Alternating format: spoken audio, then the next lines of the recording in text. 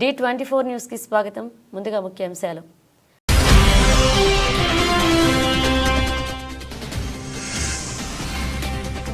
అలాంటి దేశాలతో వ్యాపారం చేయరు. Donald Trump serious warning.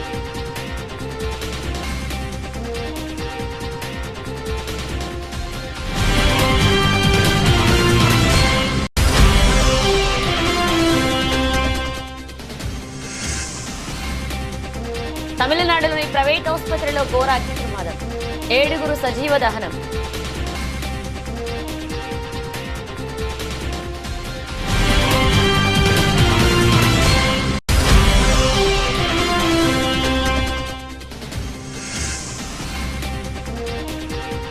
కేంద్ర మంత్రి కిషన్ రెడ్డితో సీఎం రేవంత్ రెడ్డి భేటీ. కీలక విషయాల ప్రస్తావన. నవోదయాల విషయంలో ప్రధానికి సీఎం కృతజ్ఞతలు.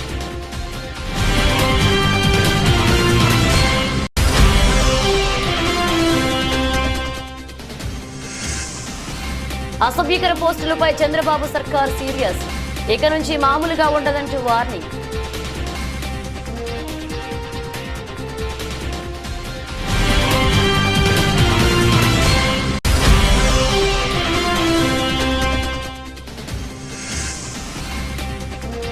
పాకిస్తాన్ కోచ్గా జేసన్ గిలెస్పీ రాజీనామా.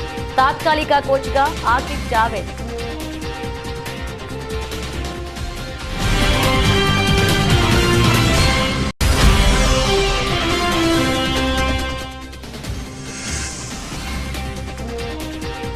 గాయపడ్డ జర్నలిస్టుకు మోహన్ బాబు క్షమాపణలు. లేఖ విడుదల చేసిన మోహన్ బాబు.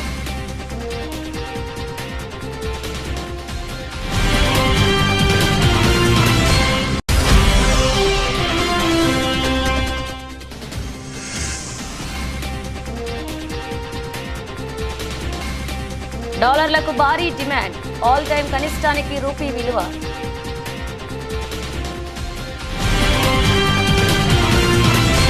అమెరికా అధ్యక్ష ఎన్నికల్లో ఇటీవలే డొనాల్డ్ ట్రంప్ ఘన విజయం సాధించిన విషయం తెలిసిందే. ఆయన వచ్చే ఏడాది జనవరి 20న అమెరికాకు అధ్యక్షుడిగా రెండవసారి బాధ్యతలు చేపట్టనున్నారు. ఇప్పటికీ తన కార్యవర్గాన్ని నియమించుకుంటున్న ట్రంప్ ప్రపంచ దేశాల పట్ల తన వైఖరిని వెల్లడిస్తున్నాడు. ముఖ్యంగా అమెరికాకు అక్రమంగా వలసలు వచ్చే దేశాలపై ట్రంప్ గుర్రుగా ఉన్నాడు. ఎన్నికల ప్రచార సమయంలోనూ అక్రమ వలసదారులను దేశం నుంచి తరిమేస్తామని ట్రంప్ స్పష్టం చేశారు.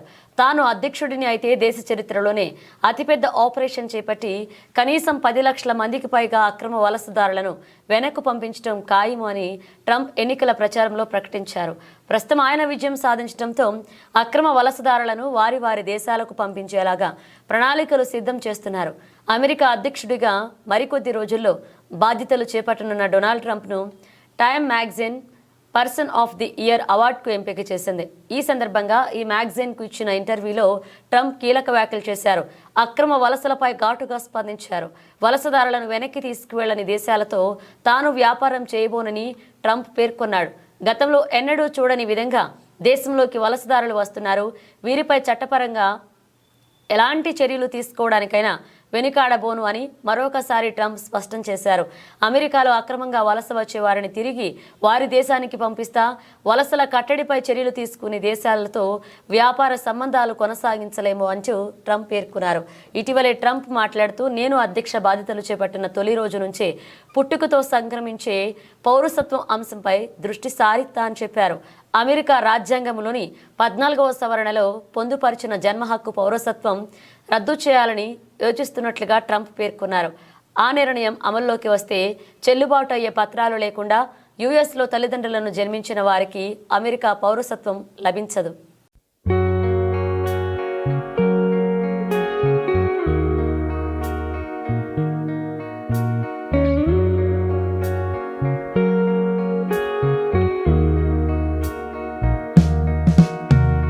తమిళనాడులోని ఓ ప్రైవేట్ ఆసుపత్రిలో ఘోర అగ్ని ప్రమాదం జరిగింది. ఆసుపత్రిలో మంటలు చెలరేగాయి. ఈ ఘటనలో 7 సజీవ దహనమయ్యారు. 20 మందికి గాయాలయ్యాయి. వారిని మరొక ఆసుపత్రికి తరలించి చికిత్స అందిస్తున్నారు. పలువురు రోగులు సిబ్బంది మంటల్లో చిక్కుకున్నారు. అక్కడ సహాయక చర్యలు కొనసాగుతున్నాయి. దిండిగల్ తిరుచి హైవేపై ఈ ఘటన జరిగింది. సమాచారం అందుకున్న అగ్నిమాపక సిబ్బంది వెంటనే రంగంలోకి దిగింది. మంటలను అదుపు చేసే ప్రయత్నం చేస్తున్నారు. అగ్ని ప్రమాదం జరిగిన ఆసుపత్రి ప్రముఖ ఆర్థోపెడిక్ హాస్పిటల్ దిండిగల్లో ప్రముఖ ఆసుపత్రిగా గుర్తింపు ఉంది. గ్రౌండ్ ఫ్లోర్లోని రిసెప్షన్ ఏరియాలో షార్ట్ సర్క్యూట్ కారణంగా మంటలు చెలరేగి ఉండొచ్చని చెప్తున్నారు. చూస్తుండగానే క్షణాల్లో మంటలు భవనంలోకి ఇతర ఫ్లోర్స్కు పాకిపోయాయని పోలీసులు తెలియజేశారు. మంటలు చెలరేగడంతో అక్కడ భారీగా పొగాలముకుంది. దీంతో శ్వాస పీల్చుకోలేక రోగులు తీవ్ర ఇబ్బందులు పడ్డారు. అగ్ని ప్రమాద విషయం తెలిసిన వెంటనే అధికార యంత్రాంగం స్పందించింది. 50 అంబులెన్స్లను రంగంలోకి దింపింది. అగ్ని ప్రమాదం జరిగిన ఆసుపత్రిలో చికిత్స పొందుతున్న పేషెంట్లను సురక్షిత ప్రాంతాలకు తరలించేందుకు ఆ వాహనాలు వినియోగిస్తున్నారు.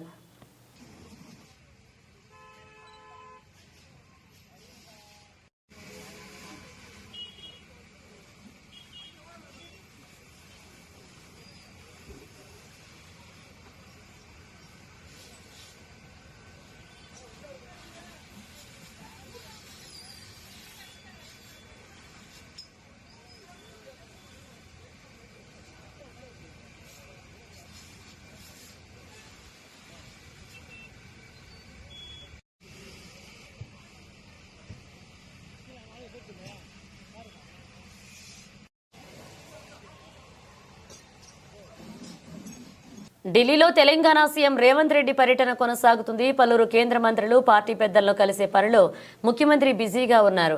మంత్రివర్గ విస్తరణపై ఏఐసీసీ పెద్దలతో కీలక భేటీ జరగనుంది. మరోవైపు రాష్ట్రంలో పలు ప్రాజెక్టుల కోసం నిధులు మంజూరు చేయాలంటూ సీఎం రేవంత్ రెడ్డి కేంద్ర మంత్రులను కోరనున్నారు. ఇప్పటికే గురువారం కేంద్ర మంత్రులు కిషన్ రెడ్డి, నితిన్ గడ్కరీ, ధర్మేంద్ర ప్రధాన్తో భేటీ అయ్యారు సీఎం రేవంత్. రీజనల్ రింగ్ రోడ్కు అవసరమైన టెక్నికల్, ఎకనామికల్ క్లియరెన్స్ను వెంటనే ఇవ్వాలని కేంద్ర మంత్రి నితిన్ గడ్కరీని సీఎం రేవంత్ రెడ్డి కోరారు. మంత్రి కోమటిరెడ్డి వెంకటరెడ్డి పార్టీ ఎంపీలతో కలిసి నితిన్ గడ్కరీతో భేటీ అయ్యారు CM Revanth. Hyderabad Srisailam elevated corridor, Hyderabad Vijayawada 6 లైన్ల విస్తరణ డిపిఆర్ ఆమోదించాలని కోరారు. అలాగే రాష్ట్రంలో పలు నేషనల్ హైవేలకు నిధులు కేటాయించాలని, కొన్ని రోడ్లు అలైన్మెంట్ మార్చాలని విజ్ఞప్తి చేశారు. పలు ప్రాజెక్టు వద్ద రోప్వేలు ఏర్పాటు చేయాలని కోరారు. కేంద్ర గనుల శాఖ మంత్రి జి కిషన్ రెడ్డితో భేటీలో సీఎం రేవంత్ రెడ్డి కీలక విషయాలను ప్రస్తావించారు. రీజనల్ రింగ్ రోడ్ మొత్తానికి కేంద్ర కేబినెట్ ఆమోదం, రేడియల్ రోడ్లు మెట్రో ఫేజ్ 2, అలాగే మూసీ రివర్ ఫ్రంట్కు కేంద్ర సహాయం, మూసీ గోదావరి నదుల అనుసంధానం, Hyderabad sewerage master plan, Warangal underground డ్రైనేజీకి చేయూత, సింగరేణికి గనుల కేటాయింపు చేయాలని కోరినట్లుగా సీఎం రేవంత్ రెడ్డి తెలిపారు. మరొక కేంద్ర మంత్రి ధర్మేంద్ర ప్రధాన్తో భేటీ అయిన సీఎం రేవంత్ రెడ్డి రాష్ట్రానికి 7 నవోదయ విద్యాలయాలు మంజూరు చేసినందుకు కృతజ్ఞతలు తెలియజేశారు. సాల్వతో సత్కరించారు. నవోదయ విద్యాలయాలు లేని ఇతర జిల్లాలకు కూడా కేటాయించాలని, అలాగే తెలంగాణకు కేంద్రీయ విద్యాలయాలు మంజూరు చేయాలని విజ్ఞప్తి చేశారు. ఇక కేంద్ర మంత్రి కిషన్ రెడ్డితో తెలంగాణ సీఎం రేవంత్ రెడ్డి భేటీ అయ్యారు. కాంగ్రెస్ ఎంపీలతో కలిసి కిషన్ రెడ్డి నివాసంలో కలిశారు సీఎం. తెలంగాణలో వివిధ రకాల అభివృద్ధి పనులకు కేంద్ర ప్రభుత్వం మద్దతు ఇచ్చేందుకు కృషి చేయాలని కిషన్ రెడ్డికి రేవంత్ రెడ్డి విజ్ఞప్తి చేశారు. ఆర్ఆర్ఆర్, హైదరాబాద్ మెట్రో ఫేజ్ 2తో పాటు హైదరాబాద్, వరంగల్లో sewerage, under ground drainage plan, Singareni సంస్థలకు బొగ్గు గనుల కేటాయింపు సహా పలు అంశాలపై కిషన్ రెడ్డితో సీఎం చర్చించారు.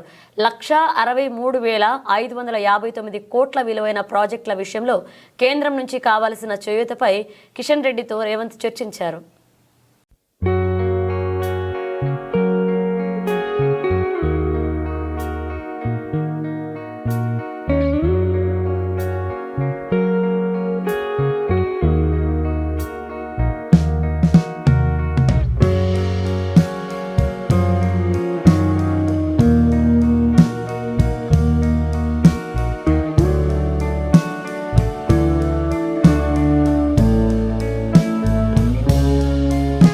సోషల్ మీడియాలో అసభ్యకర పోస్టులపై కూటమి ప్రభుత్వం ఉక్కుపాదం మోపుతోంది. సోషల్ మీడియా వేదికగా రెచ్చిపోయిన పలువురిని ఇప్పటికే అదుపులోకి తీసుకుని విచారిస్తున్నారు అధికారులు. దీనిపై ఇప్పుడు కీలక నిర్ణయం తీసుకుంది ప్రభుత్వం. సోషల్ మీడియాలో అసభ్యకర పోస్టులు, నేరస్తుల ప్రవర్తన, సైబర్ నేరాలపై ఆంధ్రప్రదేశ్ ప్రభుత్వం దృష్టి సారించింది. 2 రోజుల పాటు జరిగిన కలెక్టర్ల సమావేశంలో సోషల్ మీడియా అంశంపై సుదీర్ఘ చర్చ జరిగింది. ఈ భేటీలో సోషల్ మీడియాలో రెచ్చిపోతున్న సైకోలను నియంత్రించేందుకు కఠిన చర్యలు తీసుకోవాలని మంత్రి నాదెండ్ల మనోహర్ సీఎంను కోరారు. సోషల్ మీడియా అసభ్యకర పోస్టుల నియంత్రణకు ప్రత్యేక చట్టాన్ని తీసుకురావాల్సిన అవసరం ఉందని మంత్రి నాదెండ్ల అభిప్రాయపడ్డారు. ఇది దేశానికి మార్గదర్శకంగా నిలవాలి అని సీఎంను కోరారు. మంత్రి విజ్ఞప్తికి ముఖ్యమంత్రి చంద్రబాబు అంగీకారం తెలిపారు. అక్కడే కీలక నిర్ణయం తీసుకున్నారు. సోషల్ మీడియా సైకోలపై చర్యలు తీసుకోవడం అత్యవసరమన్నారు సీఎం. ఈ విషయాన్ని కేవలం రాష్ట్ర పరిమితులలోనే కాకుండా దేశవ్యాప్తంగా కూడా అనుసరించగల మార్గదర్శక విధానాలను రూపొందించాలన్నారు. సోషల్ మీడియాలో ప్రముఖులను, ఇన్స్టిట్యూషన్లను, ఆధ్యాత్మిక సంస్థలను తప్పుగా ప్రచారం చేస్తున్న వ్యక్తులపై తీవ్ర ఆగ్రహాన్ని వ్యక్తం చేశారు సీఎం. ముఖ్యంగా బ్రహ్మకుమారిల క్యారెక్టర్ను దెబ్బతీసే విధంగా ప్రవర్తించటపై ఆందోళన వ్యక్తం చేశారు సీఎం. సోషల్ మీడియా సైకోలను పులుస్టాప్ పడేలాగా కఠిన చర్యలు తీసుకోవాలి అంటూ ఎస్పీలను ఆదేశించారు. ఇక దీనికోసం ప్రత్యేక కేబినెట్ సబ్ కమిటీ ఏర్పాటు చేశారు. కమిటీలో సభ్యులుగా ఐటీ మంత్రి లోకేష్, నాదెండ్ల మనోహర్, హోంమంత్రి అనిత, ఆరోగ్య శాఖ మంత్రి సత్యకుమార్ యాదవ్ను నియమించారు. సోషల్ మీడియా వేదికగా సైకో చేష్టలు చేయకుండా కేబినెట్ సబ్ కమిటీల నిర్ణయాలు తీసుకుని అమలు పరచాలన్నారు సీఎం. సోషల్ మీడియా సైకోలపై ప్రభుత్వం తీసుకునే చర్యలు దేశానికి ఆదర్శం కావాలని సీఎం సూచించారు. సోషల్ మీడియాలో అసభ్యకర పోస్టులను అరికట్టి ప్రజల గౌరవాన్ని, నైతిక విలువలను కాపాడడం ప్రభుత్వ లక్ష్యమని సీఎం చంద్రబాబు అభిప్రాయపడ్డారు. మీటింగ్ కోసం డీప్ టెక్నాలజీ పోవాలని they are coming with investment there CRDA all of you has to be proactive. నేను ఒకరిని కాదు, ఇక్కడ ఆల్ డిపార్ట్మెంట్స్ రీఓరియంటేషన్ వస్తే తప్ప ఇది సాధ్యం కాదు. ఇది నాకేం సంబంధం, ఎవరు వస్తే నాకేంటి, నేను కలెక్టర్ని లేకపోతే సెక్రటరీని, నేను మంత్రిని, అందరూ నా దగ్గర రావాలి అంటే మీకంటే బెటర్గా ఉండాలి దగ్గరికి వెళ్తారు. It is a competitive world. Competitive వరల్డ్లో ఎప్పుడు కూడా ఒకప్పుడు మన రాష్ట్రానికి ఇన్వెస్ట్మెంట్కి రావాలంటే భయపడేవాళ్ళు. దేనికి? ఆస్తులు సెటిల్మెంట్లు అయినాయి, పోర్ట్లు సెటిల్మెంట్ అయినాయి, ఇండస్ట్రీస్ని చేంజ్ చేశారు. ఏంటి నెపం ఏంటి? పొలిటికల్గా కావాలని వెనకబడి వాళ్ళందరినీ చేంజ్ చేస్తే ఈ రాష్ట్రంలో పెట్టాలి అనుకున్న వాళ్ళు కూడా వేరే రాష్ట్రాలకు వెళ్ళారు. పోతూ పోతూ కామెంట్ చేసి వెళ్ళారు. ఇంకా సత్యన ఆంధ్రప్రదేశ్గా రాము అని చెప్పేసి వెళ్ళారు. అంటే what it indicates? That is the credibility we have lost. అది రీబిల్డ్ చేయాలంటే మీ అందరిలో ఒక పాజిటివ్గా మళ్ళీ వస్తే తప్ప కొన్ని కంప్లైంట్స్ వస్తున్నాయి అక్కడక్కడ. మీరు అన్ని బాగా మాట్లాడుతున్నారు సార్, మీరు చెప్తున్నారు, మీ వాళ్ళు లెక్క పెట్టుకోవడం లేదు. That attitude has to go. లేకపోతే 6 నెలలు బిజీగా ఉన్నాం, ఇప్పుడు ఇవ్వం, తర్వాత చూద్దాంలే. మనం ఏంటంటే ప్రతి ఒక్కరు speed of doing business. Ashoka cinema theatre ఆవరణంలో వేముల అశోక్ షాపును కూల్చిన సందర్భంగా తెలంగాణ లఘు చిత్రాల నిర్మాతల మండలి, Telangana short film making welfare association సభ్యులు అశోక్కు జరిగిన అన్యాయాన్ని తెలుసుకుని రావడం జరిగింది. ఎలా జరిగింది, ఏమిటి అనే విషయాలు తెలుసుకుని ఈ సందర్భంగా వారు మాట్లాడుతూ ప్రస్తుత ప్రభుత్వం వేముల అశోక్ ఆస్తిని కూల్చడం అన్యాయము అని, వారికి న్యాయం జరిగేంత వరకు వారికి మద్దతుగా నిర్మాతల మండలి అధ్యక్షులు అశోక్రావు, కోశాధికారి చిరంజీవి రెడ్డి, కనివేని శ్రీనివాస్, కనపర్తి శ్రీనివాస్, కలర్ సత్తన్న తదితరులు ఈ సమస్య సీఎం వద్దకు తీసుకుని వెళ్లి న్యాయం జరిగేలాగా మేమంతా కృషి చేస్తామని, కళాకారుల పక్షాన వారికి మద్దతు తెలిపి భవిష్యత్తులో కూడా పెద్ద ఉద్యమం చేస్తామని భరోసా ఇవ్వడం జరిగింది. ఇవాళ కరీంనగర్ నుండి షార్ట్ ఫిల్మ్ ప్రొడ్యూసర్ అసోసియేషన్ నుండి మరియు short film makers welfare association నుండి ఇవాళ మా మిత్రులు రావడం జరిగింది. వాళ్ళు ఈటీవీలో, V6లో మరి మీడియాలో వచ్చినటువంటి వార్తల్ని చూసి మా తోటి కళాకారుడికి ఇంత అన్యాయం జరిగింది ఈ ఊర్లో అని చెప్పి తెలిసి వాళ్ళు రావడం జరిగింది. ఇవాళ నేను చెప్తున్నాను, నేను ఇక్కడ ఈ ప్రజలకి ఏం అన్యాయం చేశాను. 1965లో ఈ థియేటర్ తీసుకొని ఒక చట్టబద్ధమైన లీజ్ తీసుకొని దీనిలో థియేటర్ కట్టుకొని మరి కాలానికి అనుగుణంగా ఒక కొత్త థియేటర్ కట్టుకోవడం కోసం మేము కావాల్సినటువంటి పర్మిషన్ల కోసం సింగరేణి వద్ద నుండి మేము ఎదురు చూస్తూ ఉన్నాం. ఈ క్రమంలోనే మరి ఎమ్మెల్యే గారు తన సొంత చొరవ తీసుకొని ఇదేం రోడ్ వైండింగ్ కాదు, ఇది దేనికి సంబంధం లేదు, మమ్మల్ని మా లీజు క్యాన్సిల్ చేయాలన్నా ఫస్ట్ మాకు తెలియజేయాలి సింగరేణి కంపెనీ, మమ్మల్ని ఇక్కడి నుంచి వెకెట్ చేయించాలి. వెకెట్ చేయకుండా తన ఇష్టారాజ్యంగా ఒక అర్ధరాత్రి వచ్చి మార్చి 23వ తారీఖు 11 గంటలకు వచ్చి ఒక 20-30 మందితో వచ్చి ఆ థియేటర్ కూల్చడం జరిగింది. ఆ థియేటర్ను కూర్చడానికి గ్రూప్ 2 పరీక్షల నిర్వహణ విధులకు కేటాయించిన అధికారులు పరీక్షా కేంద్రాల వద్ద పకడ్బందీగా విధులు నిర్వహించాలని హన్మకొండ జిల్లా అదనపు కలెక్టర్ ఏ వెంకటరెడ్డి అన్నారు. హన్మకొండ జిల్లా కలెక్టరేట్లోని కాన్ఫరెన్స్ హాల్లో ఈ నెల 15, 16 తేదీల్లో జరగనున్న గ్రూప్ 2 పరీక్షల నిర్వహణపై అధికారులతో సమావేశాన్ని నిర్వహించారు. ఈ సందర్భంగా జిల్లా అదనపు కలెక్టర్ వెంకటరెడ్డి మాట్లాడుతూ గ్రూప్ 2 పరీక్షా కేంద్రాల వద్ద అభ్యర్థులు హాల్ టికెట్, ఫోటో గుర్తింపును క్షుణ్ణంగా తనిఖీ చేయాలన్నారు. ఈ సందర్భంగా పరీక్షా కేంద్రాల వద్ద నిర్వహించాల్సిన విధులు సంబంధించిన నియమ నిబంధనలు, మార్గదర్శకాలను అధికారులకు వివరించారు. ఈ సమావేశంలో స్పెషల్ డిప్యూటీ కలెక్టర్ రవి, పరీక్షల రీజనల్ కోఆర్డినేటర్లు professor Sadanandam, professor Anand Kishore, collectorate AO Gourishankar, ఇతర అధికారులు పాల్గొన్నారు. హడావుడికి టైం చూసుకోవాలి, టైం రాత్రి వెళ్ళి కొట్టినా సరే ఇక్కడ అది టైం టేబుల్ కావాలి, కరెక్ట్ నెంబర్ కావాలి చూసుకోవాలి. అదేవిధంగా మొబైల్ డిపాజిట్ కూడా కౌంటర్ పెట్టాలి. మొబైల్ డిపాజిట్ కూడా కౌంటర్ ఖచ్చితంగా పెట్టాలి. ఈ చీఫ్ సూపరింటెండెంట్స్ ఇవన్నీ కూడా. ఇంకొకటి ముఖ్యంగా 14వ తారీఖు నాడు అందరి ఇన్విజిలేటర్స్ మనకు 15వ తారీఖు కాబట్టి 1 డే బిఫోర్ అందరి ఇన్విజిలేటర్స్కి ట్రైనింగ్ కంపల్సరీ ఇవ్వాలి. Specific cabinet specific OMR exams ఉన్నాయి కాబట్టి ఇది ఒక ఓఎంఆర్ క్వశ్చన్ పేపర్ 2 ఖచ్చితంగా పెట్టుకోవాలి.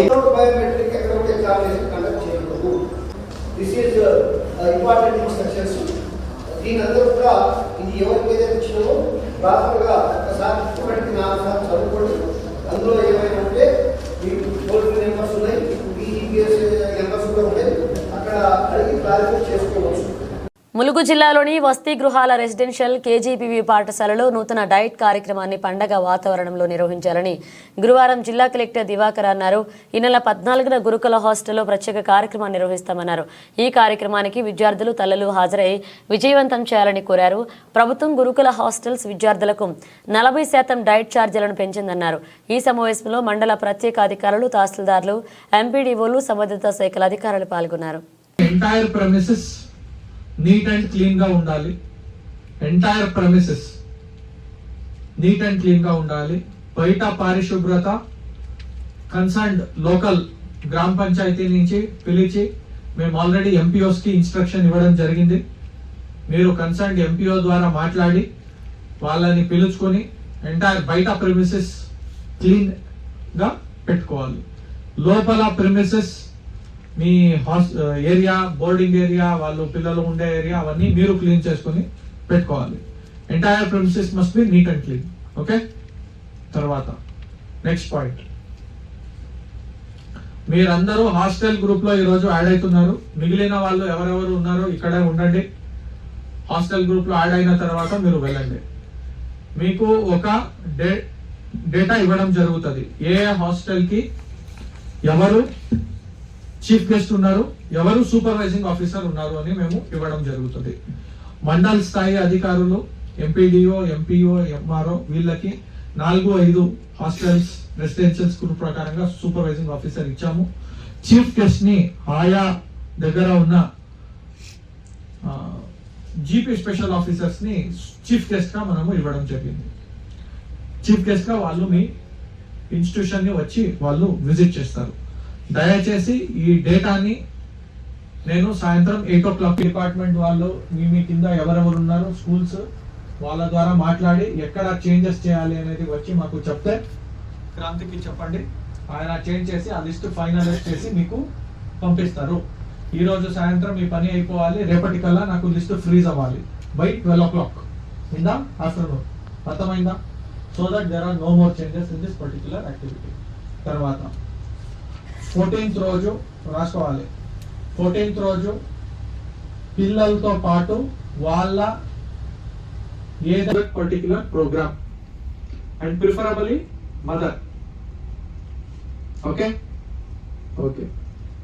తర్వాత హోల్ ఐడియా ఏంటి అంటే మనము ఏదైతే డయట్ చార్జెస్ ఇంక్రీజ్ అయ్యాలి అనేది ఉద్దేశం. ఓకే. సో అందుకోసమే మీరు ఏం చేయండి అంటే మీకు మోడిఫైడ్ మెన్యూ అందరికి వచ్చిందా? మోడిఫైడ్ మెన్యూ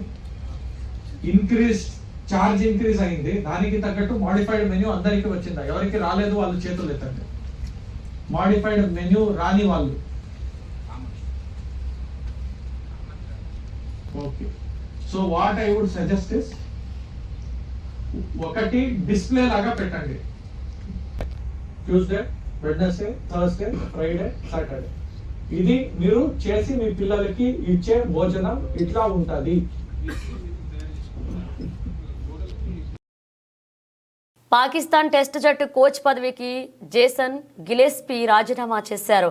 ఆ దేశానికి చెందిన మాజీ పేస్ బౌలర్ ఆకిబ్ జావేద్ టెస్టులకు తాత్కాలిక కోచ్గా బాధ్యతలు చేపట్టనున్నారు. ఆస్ట్రేలియా మాజీ బౌలర్ గిలెస్పీ స్థానంలో జావేద్ విధులు నిర్వహించనున్నారు. దక్షిణాఫ్రికాతో జరిగే 2 టెస్టులకు ఆకిబ్ జావేద్ కోచ్గా వ్యవహరించనున్నారు. డిసెంబర్ 26న తేదీ నుంచి సౌత్ ఆఫ్రికాతో పాకిస్తాన్ తొలి టెస్ట్ ఆడుతుంది. వాస్తవానికి గిలెస్పీ కాంట్రాక్ట్ 2026 వరకు ఉంది. కానీ ఇటీవలే పాకిస్తాన్ క్రికెట్ బోర్డు గిలెస్పీ మధ్య సయోధ్య కుదరడం లేదు. టీమ్ నిల్సన్ కాంట్రాక్టర్ను పొడిగించేందుకు పీసీబీ నిరాకరించింది. దీంతో గిలెస్పీ తప్పుకుంటున్నట్లుగా స్పష్టమవుతోంది. గిలెస్పీ కంటే ముందు టెస్ట్ కోచ్గా ఉన్న గారీ కృష్ణన్ను కూడా ఆ పోస్టు నుంచి తప్పుకున్నాడు. పాక్ క్రికెట్ బోర్డుతో వైరుధ్యాల కారణంగానే కృష్ణన్ కూడా వైదొలిగాడు. ఆకిబ్ జావేద్ను సీనియర్ సెలెక్టర్గా నియమించడంతో పీసీబీతో పనిచేస్తున్న విదేశీ కోచ్లు ఒక్కొక్కరిగా తప్పుకుంటున్నారు.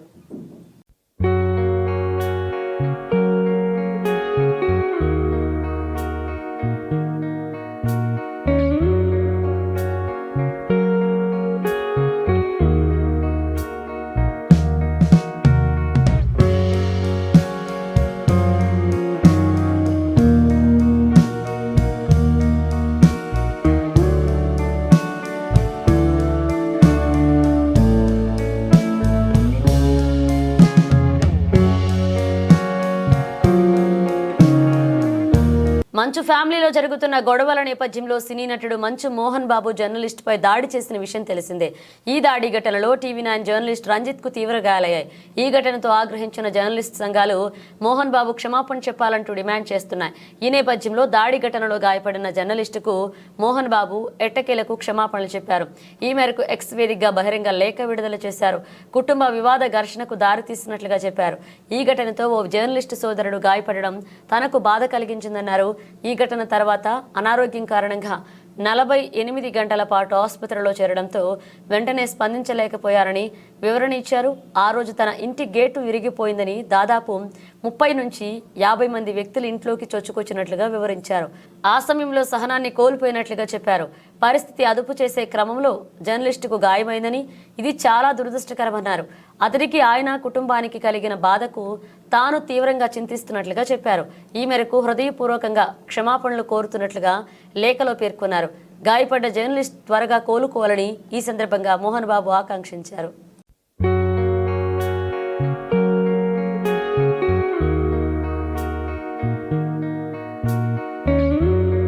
డాలర్తో పోల్చితే రూపాయి మారకం విలువ అంతకంతకు పడిపోతూనే ఉంది. గురువారం మరొక 5 పైసలు దిగజారి ఫారెక్స్ మార్కెట్లో ఆల్ టైమ్ కనిష్టాన్ని తాకుతూ 84.88 వద్ద క్షీణించింది. అంతర్జాతీయంగా ముడి చమురు ధరల్లో పెరుగుదల, విదేశీ పెట్టుబడుల ఉపసంహరణలు, దేశీయ స్టాక్ మార్కెట్ల నష్టాలు రూపీని ఒత్తిడికి గురిచేశాయి. ఈ క్రమంలోనే విదేశీ బ్యాంకులు దిగుమతిదారుల నుంచి డాలర్లకు భారీగా డిమాండ్ కనిపించింది.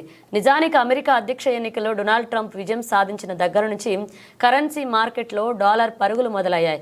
ఇదే సమయంలో ఇతర దేశాల కరెన్సీల పతనం కూడా ఆరంభమైంది. ముఖ్యంగా ఆసియా దేశాల్లోని అన్ని కరెన్సీల విలువ క్రమేణా పడిపోతుందని ఫారెక్స్ ట్రేడర్లు గుర్తు చేస్తున్నారు. బ్రెజిల్, రష్యా, ఇండియా, చైనా సభ్య దేశాలపై 100% సుంకాల పెంపు ఉంటుందని ట్రంప్ హెచ్చరించడమే కారణమంటున్నారు. గడిచిన 4 రోజుల్లో 3 రోజులు రూపీ నష్టాలకే పరిమితమైంది. మిగతా ఆ ఒక్కరోజు ఎక్కడిదక్కడే ఉంది. ఇక ఈ 3 రోజులు ట్రేడింగ్లో డాలర్తో పోల్చితే రూపాయి మారకం విలువ 27 పైసలు కోల్పోవడం గమనార్హం. సోమవారం ఒక్కరోజే 20 పైసలు క్షీణించగా బుధ, గురువారాల్లో మరొక 7 పైసలు పతనమైంది. భారతీయ క్యాపిటల్ మార్కెట్ నుంచి తరలిపోతున్న విదేశీ పెట్టుబడులపై సైతం మార్కెట్ సెంటిమెంట్ను దెబ్బతీస్తున్నట్లుగా ఫారెక్స్ ట్రేడర్లు చెప్తున్నారు. మరొక వైపు కరిగిపోతున్న దేశంలోని ఫారెక్స్ రిజర్వర్లు సైతం పరిస్థితుల్ని మరింతగా దిగజార్చుతున్నాయి. ఈ ఏడాది సెప్టెంబర్ 28న 704.885 బిలియన్ డాలర్లతో ఆల్ టైమ్ హైలో ఉన్న ఫారెక్స్ రిజర్వులు గత నెల 22న 656 $582 బిలియన్ క్షీణించాయి. దాదాపు 2 నెలల్లోనే $48.30 బిలియన్ హరించుకుపోయాయి.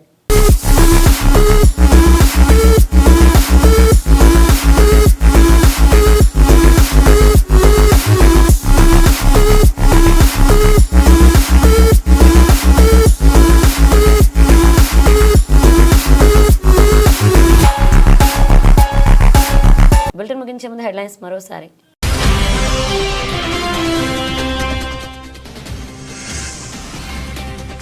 అలాంటి దేశాలతో వ్యాపారం చేయరు, డొనాల్డ్ ట్రంప్ సీరియస్ వార్నింగ్.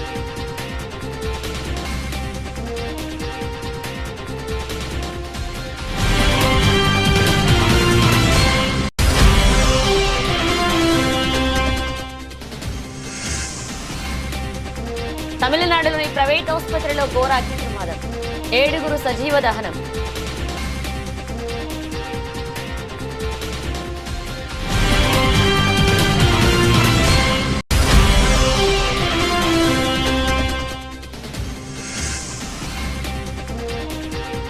కేంద్ర మంత్రి కిషన్ రెడ్డితో సీఎం రేవంత్ రెడ్డి భేటీ, కీలక విషయాల ప్రస్తావన, నవోదయాల విషయంలో ప్రధానికి సీఎం కృతజ్ఞతలు.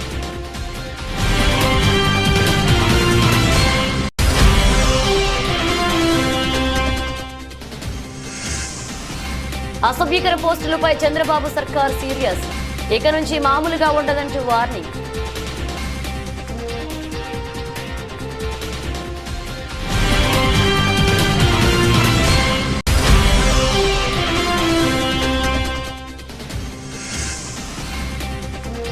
పాకిస్తాన్ కోచ్గా జేసన్ గిలెస్పీ రాజీనామా, తాత్కాలిక కోచ్గా ఆకిబ్ జావేద్.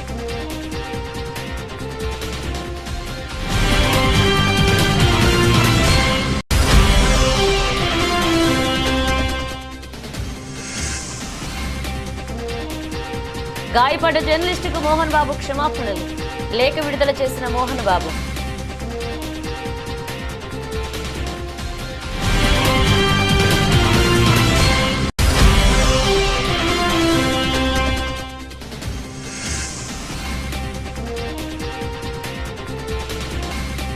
డాలర్లకు భారీ డిమాండ్, ఆల్ టైమ్ కనిష్టానికి రూపీ విలువ.